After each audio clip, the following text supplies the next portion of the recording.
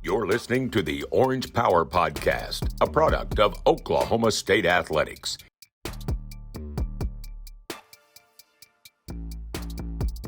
It's a big weekend for the Cowboy baseball team as Texas Tech comes to Stillwater. It's the final home series for Oklahoma State, one of two remaining conference series for the Cowboys. And Oklahoma State, perched again in the top 5 in the country. And, interesting thing about this team, we've talked about the different ways, Josh, that it wins. But here's a good example. You've stolen 46 bases this year in 48 games. Now, that number has tapered off as the season's gone along. In contrast to that, you look at this. The first 16 games of the year, a lot of funky weather. You hit 14 home runs. The last 32 games, you've had some favorable weather, but you've hit 48 home runs. So you've won running. You've won being aggressive on the base pass. You've won hitting home runs. Could this be one of the more diversely capable offensive teams you've had since you've been here in terms of lots of different ways to get things done? Well, I think for starters, when you always look back about how the season feels from a coach, certainly if you're evaluating your offense, early on it's usually a little bit of a grind because, as you mentioned, weather, early season at bats, coming out of the indoor or the limited number of swings you get prior to starting a season, runs are hard to come by. You got a north wind, you go on the road, You got all these things going on that makes you scratch your head and wonder, are we ever going to score any runs this year? Then as the weather starts to warm, the winds shift to the south, guys start to get comfortable. You get your first stretch of 15, 18 games inside of 25, 30 days. Guys start to get some rhythm. And then the game will shift as the season goes on. It'll start to shift back the other direction late when you get into the playoffs because now you're facing very elite pitching, very sound defense, and usually incredibly well-prepared teams because the book is out on how your guys like to swing the bat and the scouting reports are thorough. So being a team that can score in multiple ways, I think, is going to be something that is important to us as we continue down this road. It has felt very much like what you just described, coming out of the gates early, trying to find that offensive balance. Some guys did run the bases pretty frequently early in the season, and as the lineup is kind of settled, a couple of guys that were maybe running the bases a little bit more, Huey, now shifting more to a pitching role. He was a guy that was stealing some bases. Kroll continues to do a good job off the bench, and in his spot starts stealing bases. But of the guys in the lineup every day, Zach Earhart's been a really good, consistent base stealer. Trinkle has picked up his base stealing attempts in some regards. And then the rest of the guys have done a really good job of playing offense to their strengths, right? Whereas Jake Thompson in left field is a great run producer. Mendham has been a steady run producer, RBI guy. Griffin back in the lineup. He's produced a fair number of RBIs and home runs. And then the good consistent play from Marcus and Rock in the middle where their defensive skills have been really good and their consistency of getting on base and putting bat to ball has really picked up in the last 30 games. And we've had really good production out of third base depending on who's been over there. So I like the way the team has found ways to score. We've gone away from sacrifice bunting all the time, but we still utilize a sacrifice bunt when it makes sense.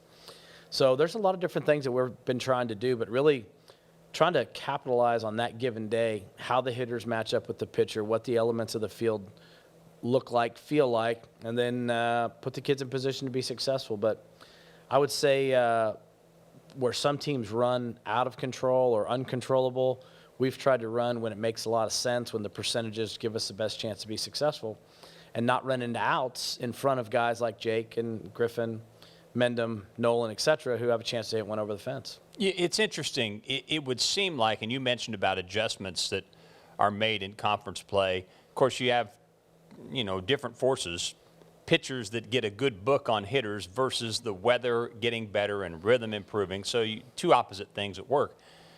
But let's just look, for example, at, let's say, Rock Reggio, Zach Earhart, that have continued to be productive as you might think that there's a book out on them that as freshman players they might have a hard time adjusting to. But look at Reggio. He's got a 7-game hitting streak.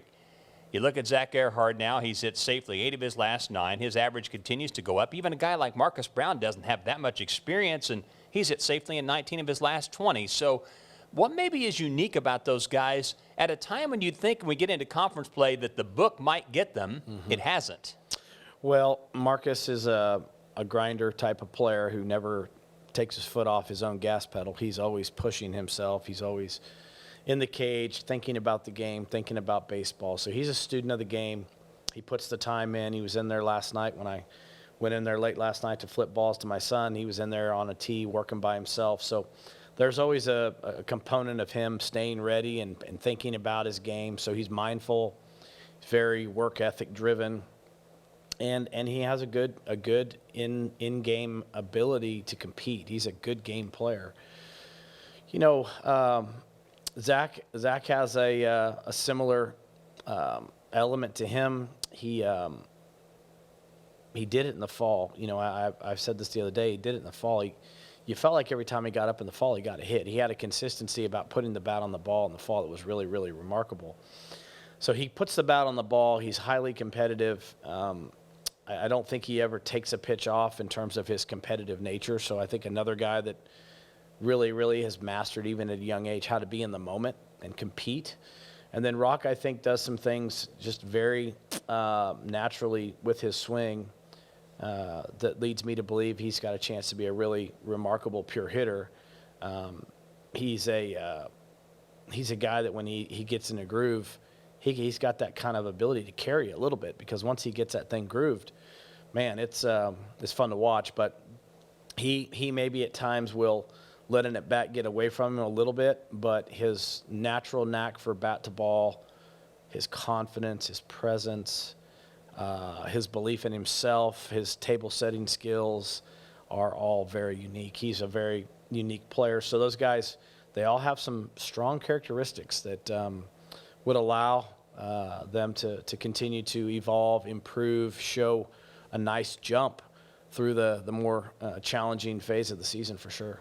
Even though you had a tough loss to Dallas Baptist, very competitive, entertaining game really to watch Tuesday in Dallas, it seems like some things are falling into place from an overall pitching standpoint. Victor Medeiros has been injured, so that's a wild card, obviously, but I'm speaking more to some of the elements of the bullpen, like a Cale Davis in the Southeast Missouri series, who came into a situation in crisis and was very effective.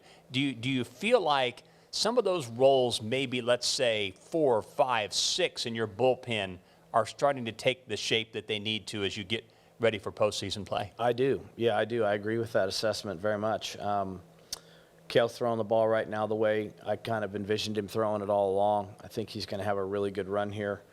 I think the thing that really excites me is the way that we can sink the ball with guys like Fansocker and Huey Morrill. Both those guys, especially this time of year when the wind's blowing out and people are trying to hit home runs, Roman's hard to elevate. Huey's hard to elevate. Those guys can get the ball at the bottom quadrant of the zone and get grounders. So I really like what those two guys bring. Roman's been tremendous all year long in kind of the stopper middle role. Huey now starting to show up in a similar role, maybe on the day that Roman's not available. Obviously, Nolan's been really good at the end. You mentioned Cale starting to look more like the Cale Davis that last year made a great run at the last 30 games of last season.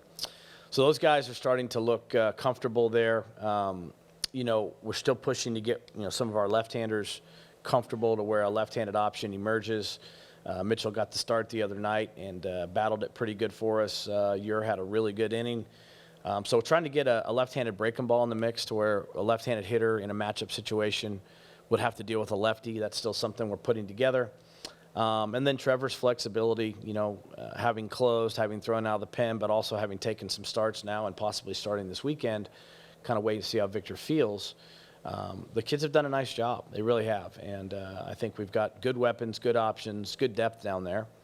And, you start looking at some guys that we need to get going. Again, Baden Root needs to find that breaking ball that he had early in the year where he was being really effective out of the bullpen in short doses. He's probably the one guy right now that needs to get some confidence back. But the bullpen's been solid. The starters have been good. I feel like our pitching has been I'm very pleased with where we're at. I feel good about our pitching. A lot of confidence in those kids. So, yeah, the Tuesday game, DBU, that was a tough one to walk away from the way it happened. But not a bad baseball game and not a bad effort on our part. Just, every now and then in the game, when you look across the field, you got to tip your cap. Their kid went up there and hit a 2-out walk-off home run and did it against a heck of a good pitcher, Nolan McLean. And that one particular moment didn't decide that game. It's just kind of how the game finished. There were a lot of things we could have done better in the first 8 innings, but it comes down to the end of the game, and the kids on both sides were fighting hard. But I really like the way our team is set up right now, and I told them that after the game. So we go into this weekend with a lot of confidence.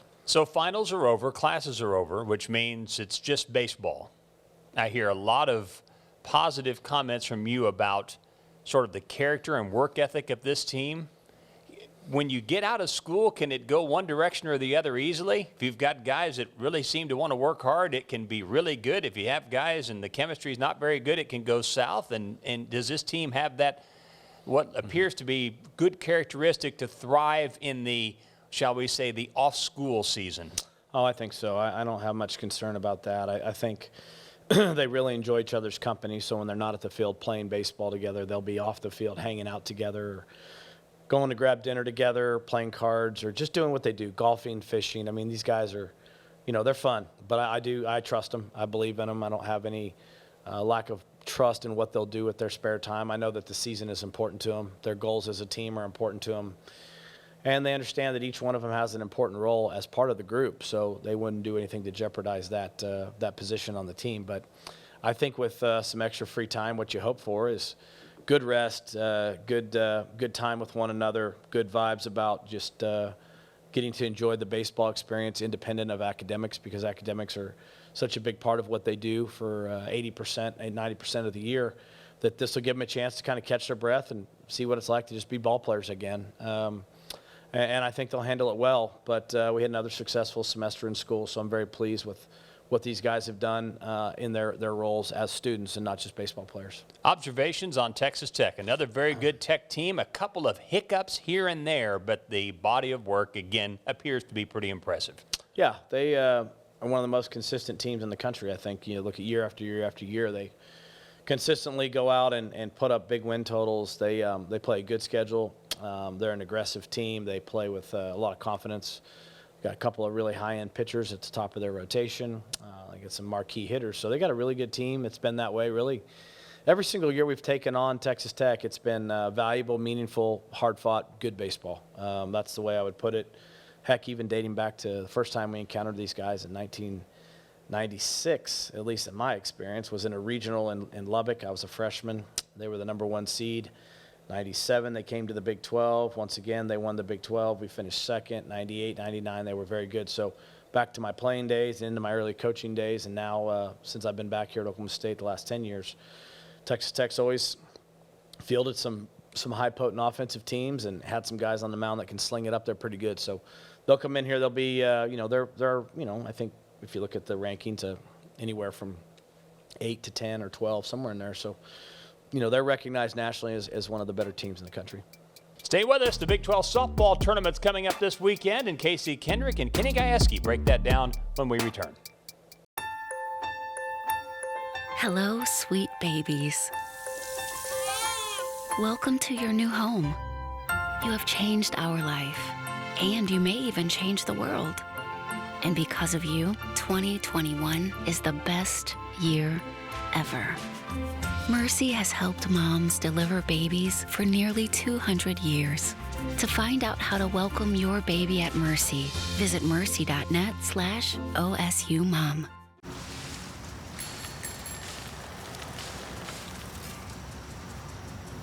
At Academy Sports and Outdoors, bikes for the whole family are just a click away. Buy online at academy.com with our free in-store assembly.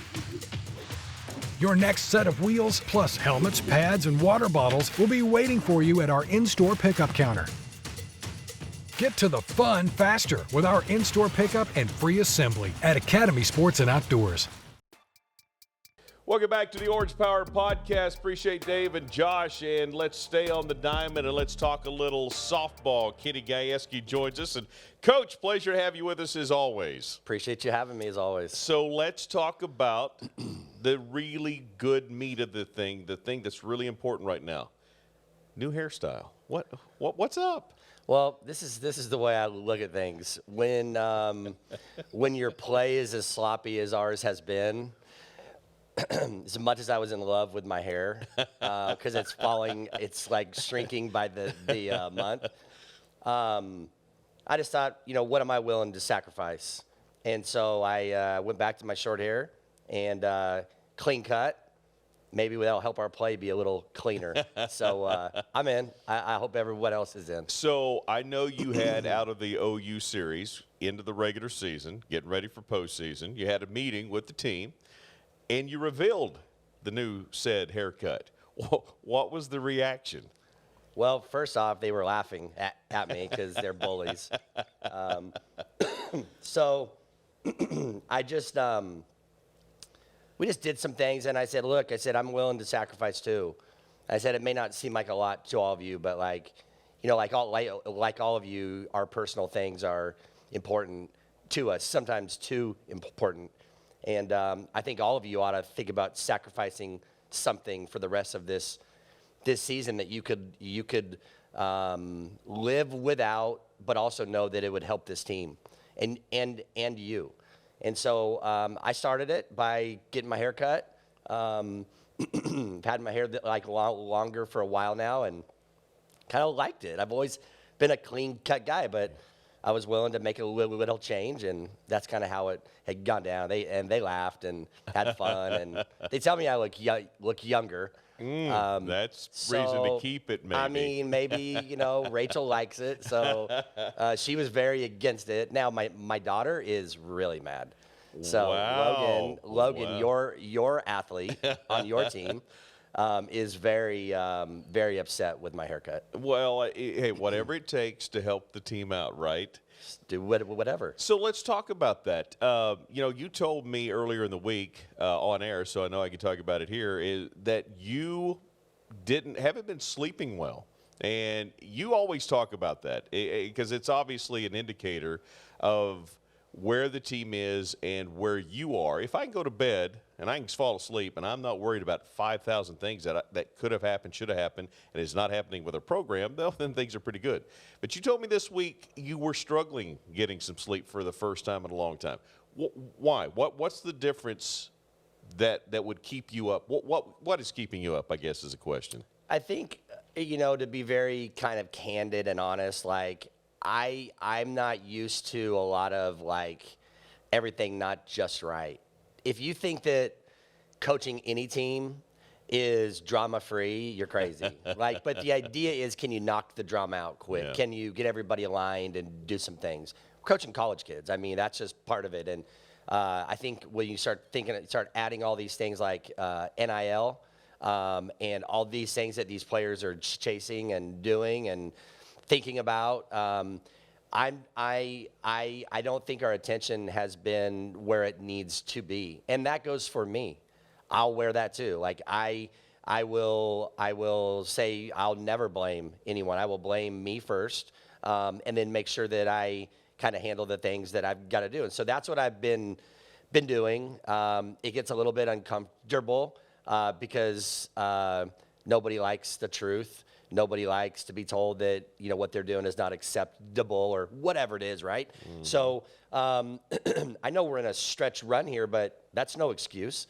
That's no reason to not have those talks. That's no reason to not make sure that our rules are being followed and all those type of things. We don't have a lot of rules. So just everybody just tightening up and getting back to the mission at hand. And we're not void of that. No team is. And so I'm somebody that wants to hit it head on, get it out. I don't want to waste time. I want to just, let's go. Let's get this headed in the right direction. I'm kind of steering this ship, but I'm not driving it. The players are the ones that are driving it.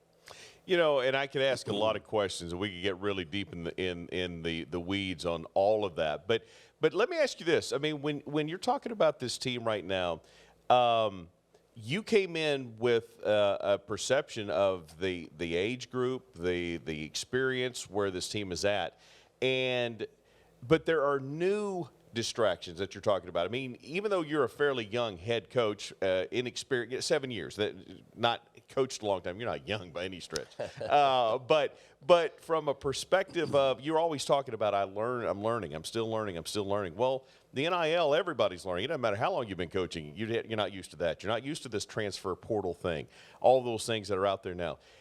have the distractions been more than you thought would happen with a team that you thought was pretty veteran coming in and maybe could handle a lot of those things better? Well, I just think that we keep adding stuff to the plate, and so it's easy to get distracted. And they already have enough distractions.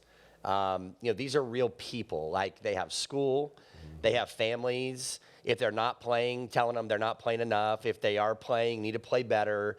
They have love lives. Like, those are real. Like, they're real people. They have social lives. They're real people. They're just going through the things that everyone goes through. They're just kind of in the spotlight around here, or around our fans, around our school, social media. So they get exposed a little bit more. So it's like the thing I always say and talk about is be careful what you wish for. Winning is part of that, and being elite is part of that. And you find out very quickly that all those people you thought were your friends are actually over here on the side working against you. And when you find it out, it's really hard to take. And so we're still managing the same things. We've added more with that, with the NIL. But we've also, like I've said from day one, the most talented team that we've ever had, by far. But it's yet to be determined what kind of team we actually are. And that's in their hands, not anybody else's hands. And I think that's what's interesting about that is we're going into postseason, and you're still talking about defining what kind of team they are. A lot of coaches would keep status quo going, man, I hope we figure this thing out.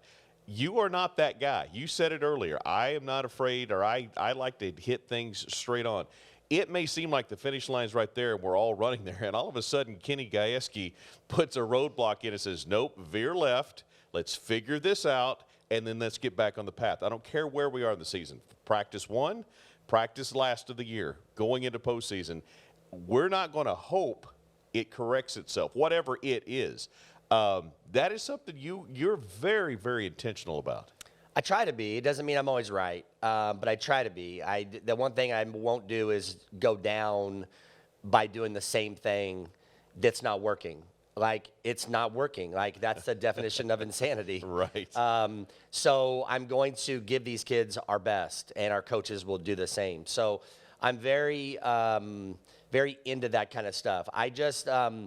Our team is still looking for that moment that everything clicked.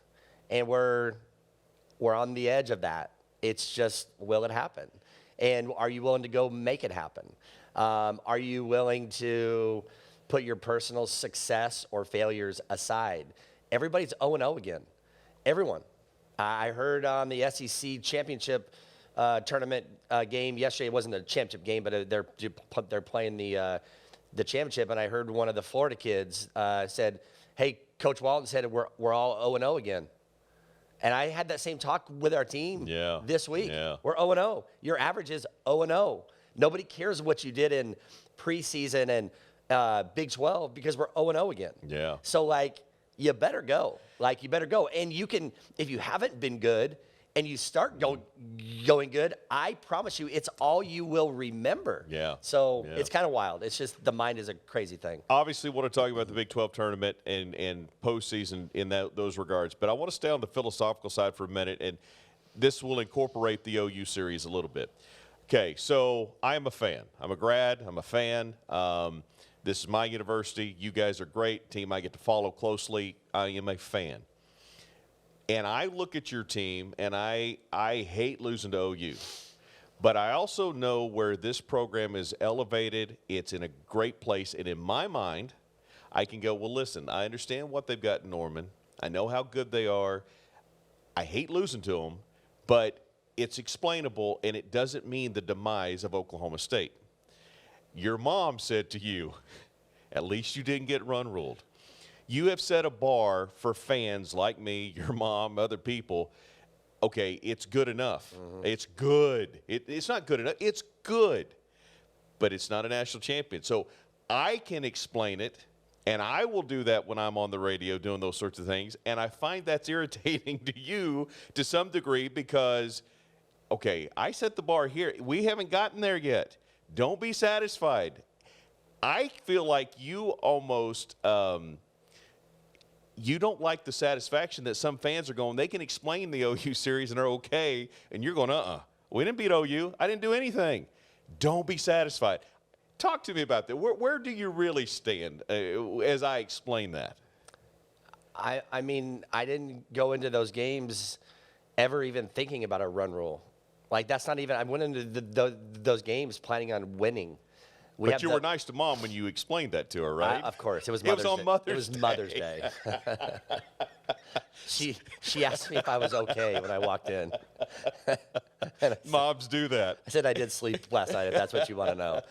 The sun did come up. But I, for the first time, honestly, I was talking to our sport administrator, Jesse Martin, last night, and for the first time, we had a little bit of negative feedback from some of our fans on our accounts. Oh, wow. And he was upset. And I said, don't be upset. Like, don't be upset. Our fans are invested. Like, we've been wanting this for a long time. So when we get beat, it's a place to vent. And why are you reading that? That's the first thing. Why are you on there? So quit that stuff and do not tell me what's going on. I don't want to know. And I don't care. I care about our team. I do care about our fans and our people. Our truest of fans aren't complaining. Upset, of course. Pam Harper, 82 All-American. She hates OU worse than anybody I've ever known, okay? And she lets me know, and I'm okay with that because Pam Harper is invested. And so I'm all in. And so I love it. I love that our fans want to justify because that means they care about us. I love the fans who are irritated or are upset that we played poorly in a few innings. I'm okay. You have that right. As long as you're showing up, as long as you're doing the things that what true fans do. Don't be fanatical. Be a real fan. And if that's what you are and you want to voice your opinion, that's what social media is there for. It's why I don't read it. Yeah. You know, people speculate about jobs, about all this kind of stuff, and then all of a sudden it's real. And by some guy who started it on social media, it's wild. So I'm not satisfied. To answer your question, I'm not satisfied. I don't know that there's many coaches who are satisfied, not ones that are trying to win the final game. It's tough. Yeah, well, again, it's just interesting. It really is just as to where, certain fans are. I mean, I think certain fans, including myself, can justify it more easily than you can. I can be more satisfied with it than you are, obviously, because nobody's more frustrated with the loss than you are. Well, if I start justifying things, then people are going, well, but you didn't. Yeah. And that's the truth. So it's better for me to just say, hey, look, we played poorly. We didn't play clean. Did we do some good things? Yeah, we did. We pitched the heck out of it. We had some people that had some pretty good at-bats. And we just didn't make plays when we needed to, when we had an opportunity to. So the response wasn't good. It's unfortunate, and it's hard. Speaking of pitching, Kelly Maxwell named the co-Big 12 Pitcher of the Year. 11.5 strikeouts per ball game, 5th in the country right now. Kid was obviously extremely deserving. She has pitched extremely well all year. Yeah, Kelly's a star. Just very thankful that she's here with us on our team.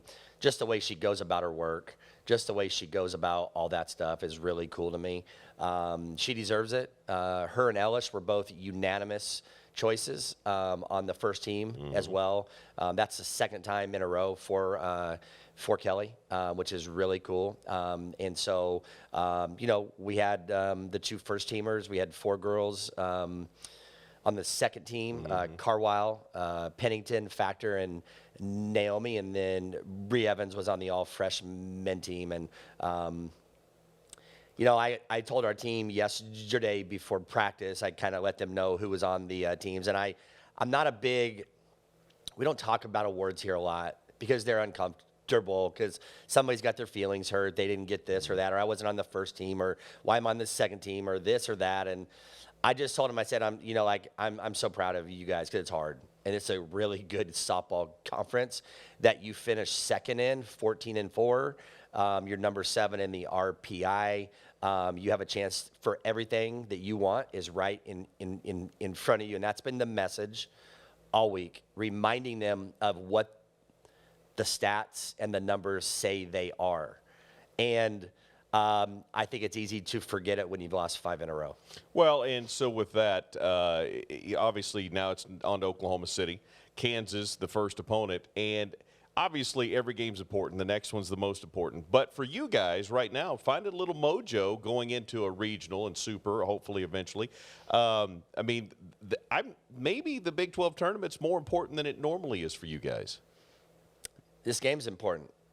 They're all important games. You know that. And I talk about that a lot. This is the most important game of the whole year right now, because it's the next game. And our kids, for their own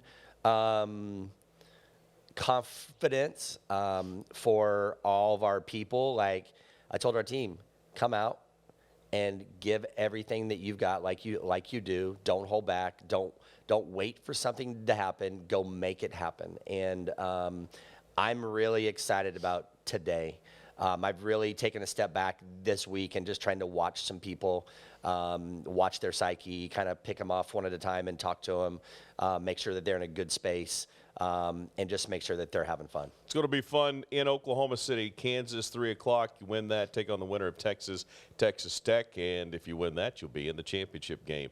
Coach, always a pleasure. Best of luck with postseason. You guys are going to Broken Bow for the selection show again this year, which is awesome. Kind of something you did last year. And I know some of you guys are excited about a little team bonding going on there. Yeah, we're excited about that. Those are always fun times. And I hate not being here with our fans where we can watch that as a group, but it's a special moment for us in an era where the moments are shrinking because we're pulled so many ways.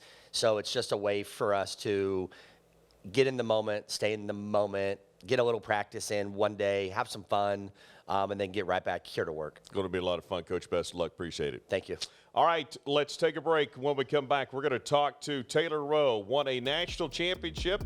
She has 4 top 5 finishes in 6 opportunities, actually only 5 in which she was healthy. We'll talk about that and much more coming up as we continue with the Orange Power Podcast. At OG&E, the energy we deliver is more than electrical. We energize the future by balancing our efforts to provide the lowest rates possible with our responsibility to protect the environment for future generations. That's why we've strengthened our power grid through new technologies, leading to a 40% reduction in CO2 emissions, which, when combined with our rates, makes us an industry leader. Because at OG&E, we do more than energize a power grid. At OG&E, we energize life.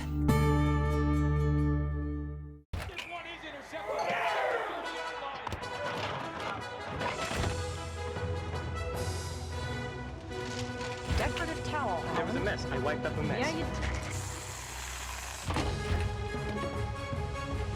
Where is the box? Never mind, I found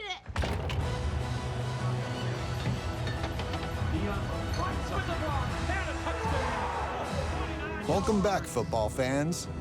We'll see you in the fridge. Welcome back to the Orange Power Podcast. We're honored to have with us a national champion from the Cowgirl Track and Field team. That is Taylor Roe. And Taylor, it is a privilege to have you with us here on the show. No, thank you for having me. So let's talk Lake Stevens, Washington, right? Yes. Stillwater, Oklahoma? Yes. How on earth did that transformation happen? To be honest, when I was getting recruited and talking to different coaches, Dave Smith really stood out to me, and I just knew from a few phone calls with him that I wanted to run for him, and I was willing to go wherever, and so here I am. I'm in Stillwater, Oklahoma. Now, your dad and Dave actually competed against each other in high school, right? Yeah, my dad was a couple years older. My dad's senior year. He raced him when he was a sophomore. And finished first and second in a couple of races, I think, along the way. Dave finished second because he was younger, right? Yeah, I think. That's his excuse. I don't know if that's accurate or not. So Lake Stevens, Stillwater, how different are they? It's pretty different. It was kind of like culturally it's different. Like, you know, it's different parts of the U.S., but I've really liked it because it's just seeing a different part. Yeah. And meeting a bunch of people here. Like, people here are so nice, and so it's been really fun. And help me, did you have a connection family-wise? Was your grandmother from Oklahoma? So my grandma actually, she got remarried, and they moved out to Oklahoma. So I grew up, I visited Oklahoma like a couple of times when I was younger, and I always really liked it. I always thought it was like super pretty, and like she lives like kind of over towards like Arkansas, so more like eastern Oklahoma, where it's just like super green and like trees, and so I grew up like going there, and she had like a good amount of land, and so we just kind of go ride go-karts around there, and so I knew, I was like, so I had an idea of what Oklahoma was like before. Well, and you said go out to Oklahoma. I mean, as if you're still in Washington, right? But it's a long ways away, right? It is a long ways. Talk to me about the recruiting process, though. You know, my understanding is you had a really showed some promise early, struggled a little bit as a junior. Then as a senior, all of a sudden you reemerged as a highly recruitable talent. And the coaches, a few of them maybe were in, then maybe a few of them disappeared, and a few of them kind of came back late. But Coach Smith, he was there the whole time. Was that part of the influence? Yeah, well, I mean, I only kind of rebounded and was able to come back like at the very end of my senior season. And at that point, I already signed and was committed. So he had stuck through like with me when I was still in like the lows. Like, it was not looking good. So yeah, no, I just knew from there, like my relationship with him, that he was going to always like be by my side, like in the worst. And so, yeah. And so, again, and obviously your dad having at least familiarity with him and knowing that you were getting, obviously, and it's worked out beautifully for you. All right, so when I said, tell me about Taylor Roe, okay, I got humble. Oh, no. I got smart. I got self-deprecating. I got great leader by example, extremely competitive, and an anxious runner.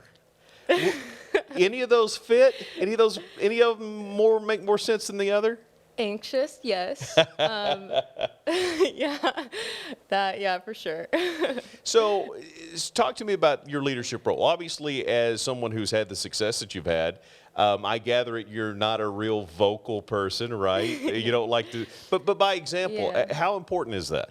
I mean, I am not the type of person to just kind of be rah-rah and like, everyone, let's go. I'm not super motivational. I mean,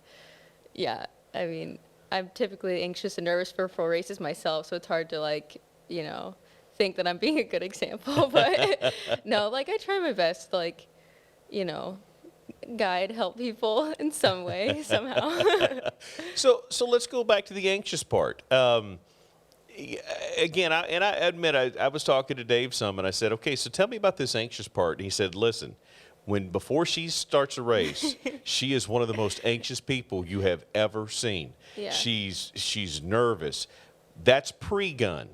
Post-gun, she transformed into this runner that's got the most incredible confidence, and it all changes, and that competitive nature comes out. What happens? What happens pre-gun to post-gun? I really don't know. I tell people, I'm like, I'm the nicest person after a race because all like the anxiousness, like it's all over. I'm like, now I'm free. So no, like I'm giving people hugs. I'm so excited. But yeah, no. We'll talk about the competitive part, because in the indoor, when you won the national championship, you made a bold move, and one that I think a lot of people thought, she's trying to leak out. Let her go. We'll see her in a minute. Yeah. But they didn't see you in a minute. You held that move. Talk about the instincts and the competitiveness and the confidence to make that move and know it was going to work. Yeah, well, I had made that move in like previous races before where I'd kind of come on stronger later. And so I had confidence in myself that it could work out. But again, like could.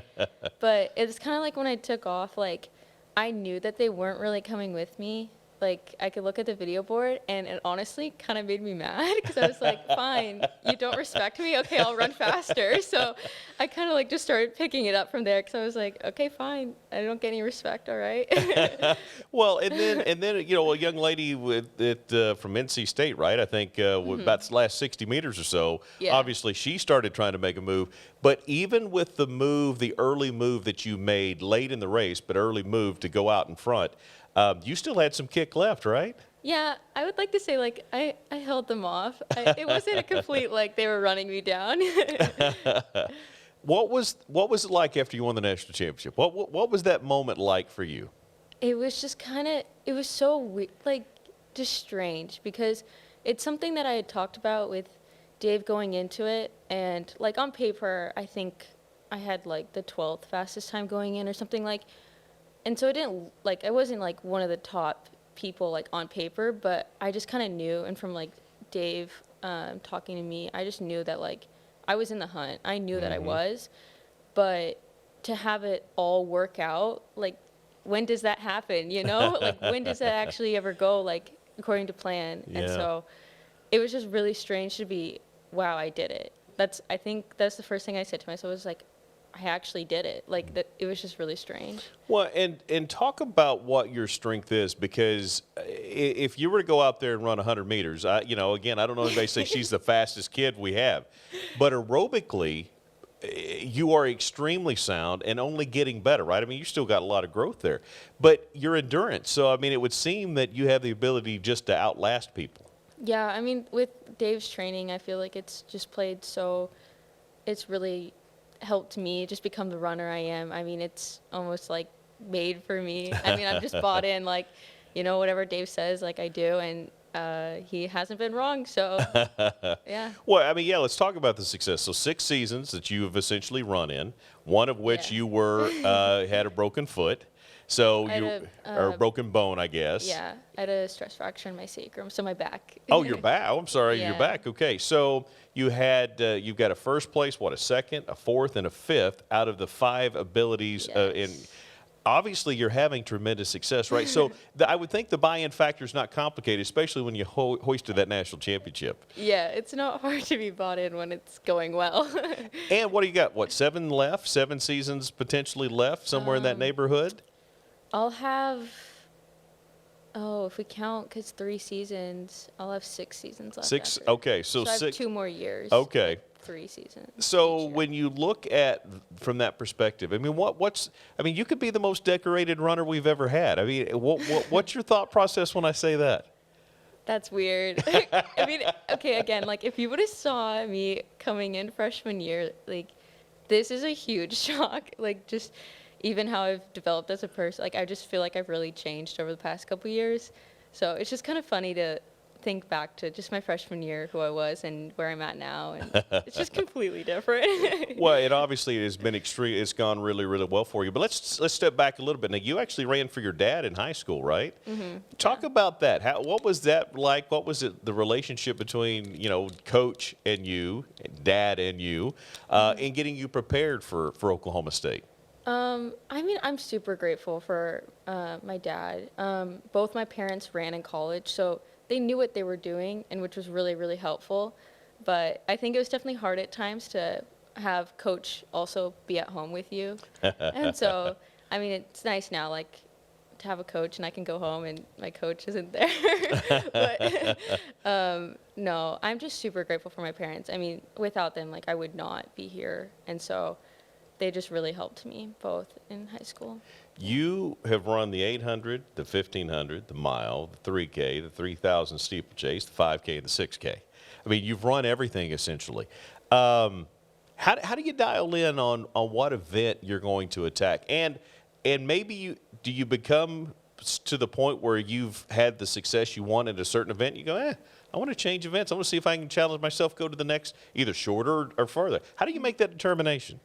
I don't know. It just kind of is up to, like, Dave he tells us it's whatever event that you feel the most passionate about and, like, what makes you excited at the end of the day.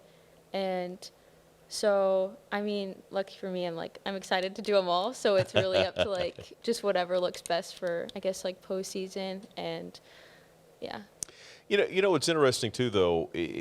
There's no doubt with your diversity that you could run multiple events per event, multiple disciplines, distances, which would ultimately maybe be better scoring wise for the team. But Dave told me, he said, but that's not as satisfying for the runner. And I want her to have the best chance to finish as an individual champ and then help us in that regard. You got to love a coach that's not just saying, hey, I don't care about the kid. I only care about me and where I finish and where this team finishes. He looks at you guys and says, okay, where can they truly be the most satisfied and develop them as runners? And to focus like that, I don't know what your thought process is, but when I heard that, I went, that's pretty cool. Yeah, I mean, again, I'm just super grateful for Dave. I mean, he's really been like, me and him have been through a lot these past couple years, and so he's just always stuck by my side, and I just couldn't be more grateful. Postseason coming up, Big 12s, regionals, then on to the NCAAs. Hopefully. Talk to me about finishing up this season. What's it going to look like for you guys? Well, we have our conference meet coming up, so that's super exciting for just our whole team in general. We get to go out to Lubbock, Texas. We're going out to Texas Tech to race, and we're just kind of looking forward to competing as a team and hopefully, coming away with just good competition. I mean, it's going to be kind of tougher conditions out there, but it's another chance to compete, so we're excited. And then despite all that, you'll still be in the success, you'll still be anxious? Oh, yeah. I will be a nervous wreck no matter what. Well, congratulations on the incredible success so far, and best of luck the rest of the way. Thank you. All right, good to have you here. All right, we want to say thanks to Josh Holliday, who was here with us earlier. Also, Kenny Gajewski, best of luck to the Cowgirls and their trip down to Oklahoma City for the Big 12 tournament. And our thanks to Taylor Roe for being here. And certainly our thanks to you as well. Appreciate you guys tuning in. We'll see you next time. For Dave Hunziker, I'm Casey Kendrick. See you next week on the Orange Power Podcast.